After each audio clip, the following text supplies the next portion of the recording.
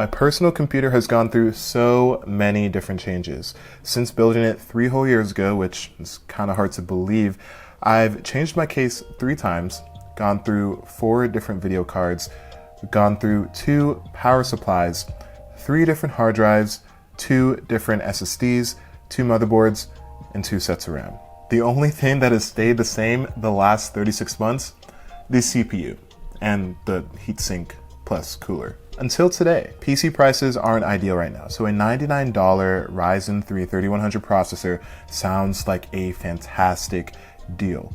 But is there a cost? Are the 4 cores and 8 threads enough? And that's exactly what I want to find out, but I want the entire experience. So I did what any sane person would do, right? I replaced the Ryzen 7 1700, an 8-core CPU that retailed for $330 back in 2017, with the 4-core Ryzen 3 3100 that you can get for $100 starting May 21st. It's 4 cores, 8 threads with a 3.6 GHz base clock, 3.9 GHz boost clock, 65 watt TDP, comes with the Ray Stealth, and supports PCIe Gen 4. So here's my story with benchmarks, of course. This is technically a review on how I downgraded to a 4-core CPU and loved it.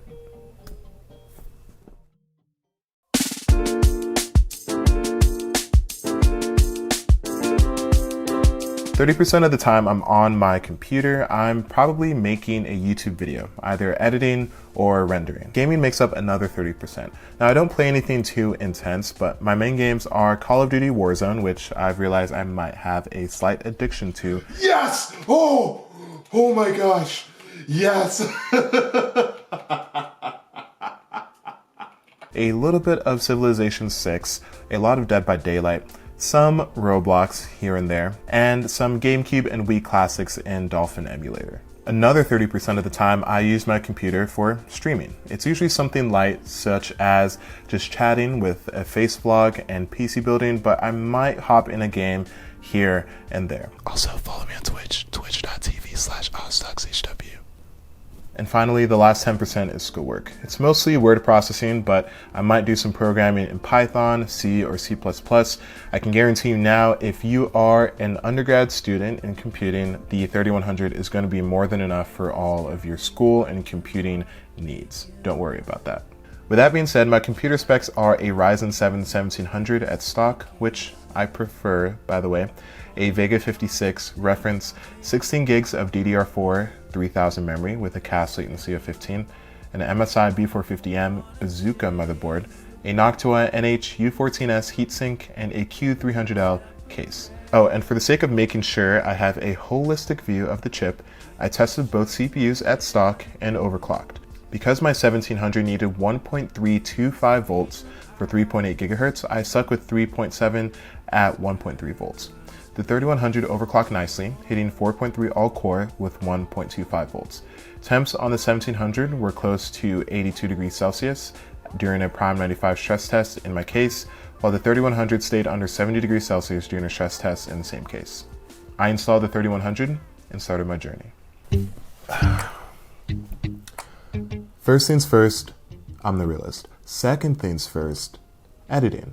How was editing on the 3100? I record and edit most of my videos in 1080p 30 frames per second, but we'll use 4K if I need extra detail for a build guide or something. The 3100 handled editing very smoothly. As a matter of fact, this entire video was edited and rendered on the 3100. Compared to my 1700, it was a few seconds slower when it came to things like color grading or video stabilization, but only by maybe 2 to 4 seconds. As you guys know, I don't add that many effects. My editing is straightforward. The most intense special effect that I add is cloning, and that's just a little bit of layering, some color grading maybe, and maybe some feathering. But I did see a noticeable difference when playing layered videos. The 1700 had less dropped frames than the 3100 on average, especially when it came to 4K footage. I can just lower the preview proxy from full to 75%, easy solution. Rendering really shows the gap between these two processors though. Even with an overclock, the 3100 is losing handedly to a stock 1700. Totally makes sense. In short videos, the time difference is maybe a bathroom break. In longer videos, 10 to 20 minutes, which is where my videos usually sit, It's about the time of a song. And lastly, in Cinebench R20, we do see a somewhat exciting story unfold. The 1700 is clearly faster in multi-threaded benchmarks, 8 cores versus 4, even after overclocking the 3100. But the single-threaded performance of the 3100 is really, really good. It handily beats the 1700 in IPC, whether at stock or overclocked, which brings me to my next point, gaming.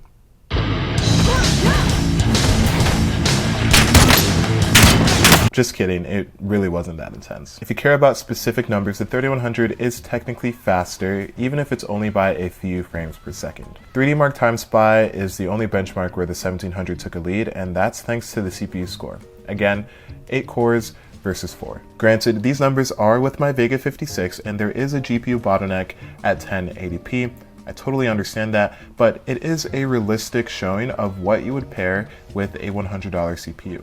The Vega 56 performs very closely with most of the new cards in the $200 to $300 video card segment, and that is the target market for most gamers. With that in mind, you'll be fine with any GTX 16 series card, you'll be fine with the Radeon 5600 XT, and if you're buying used, the GTX 1070 to probably up to a 1080 will be perfectly okay with the 3100. In the Dolphin 5.0 benchmark, which prefers higher clock speeds and a higher IPC, the 3100 handily beat the 1700 at stock and overclocked. During gameplay, I didn't see a difference in either Dragon Ball Z Budokai Tenkaichi nor Ocarina of Time, but if you wanted to play a more intense title, the 3100 gives you more breathing room. And we finally hit the last section of my little experiment. I think we're live. Streaming. So here's the team, here's the news, here's the 411, here's the spoiler alert for all you guys. The 3100 can actually stream at 1080p, but not without a few caveats. Generally speaking, I stream at 1080p 60 FPS, so my VODs are high quality in case I need to incorporate them in a future video. When I stream PC games, which is pretty rare, all things considered, I don't bother changing the settings because the 1700 is perfectly fine at 1080p 60 FPS. The 3100 was not. It choked pretty badly. This was in COD Warzone. As you can see, the 3100 is pushed to its limit. Granted, I am using near ultra settings in the game, so if you turn those down, you might get better performance, but this was my experience. Now the upside is, if you are streaming your face or playing a very simple game, the 3100 can do it. I streamed myself building part of a PC at 1080p, and the 3100 was perfectly fine. If you play fast-paced games and want 60 FPS, 720p 60 will work on the 3100, but you'll definitely be at the CPU's limits.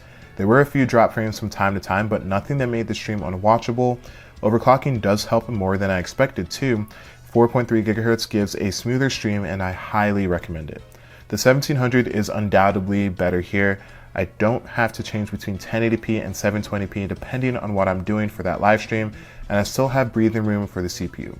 Although changing settings takes maybe 20 seconds, it's still a compromise. It's also good to note that NVIDIA's NVENC and AMD's VCE or AMF, whatever they're calling it now, takes a lot of load off the CPU, and I recommend you doing that if you are going to buy this instead of trying to stream off the Ryzen 3 in the first place.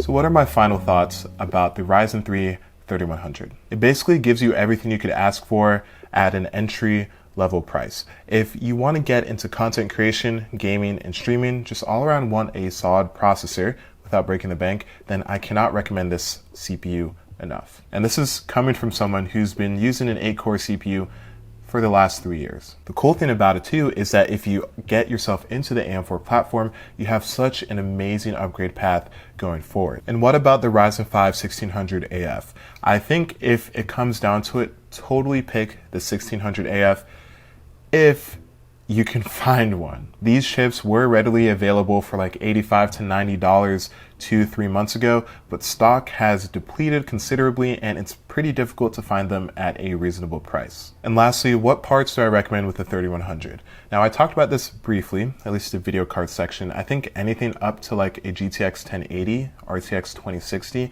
will be perfectly fine and a good combination with the CPU. But if you guys want a full entry-level build, then I'll have links in the description and you can just order the parts and you'll be ready to go for your first entry-level PC before summer even starts. Of course, everyone's needs are different. If you use your computer 90% of the time for app development and for video editing, content creation, then the 1700 is going to be much better than the 3100. But if you really just need a jack of all trades, something that can do a little bit of everything and do all of those things well enough, then I think the 3100 is the perfect choice for you. Overall, my experience downgrading from the 1700 to the Ryzen 3 3100 has been positive. And I actually think I'm going to keep it in my computer for another few weeks and update you guys on social media just to let you guys know how it's running in my computer. Follow me at all my socials at OzTalksHW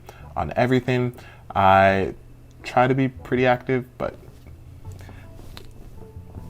what can I say? If you guys liked the video, then leave a like. If you loved it, share, subscribe, all of that stuff. And I'll see you guys in the next one, hopefully Sunday. Peace.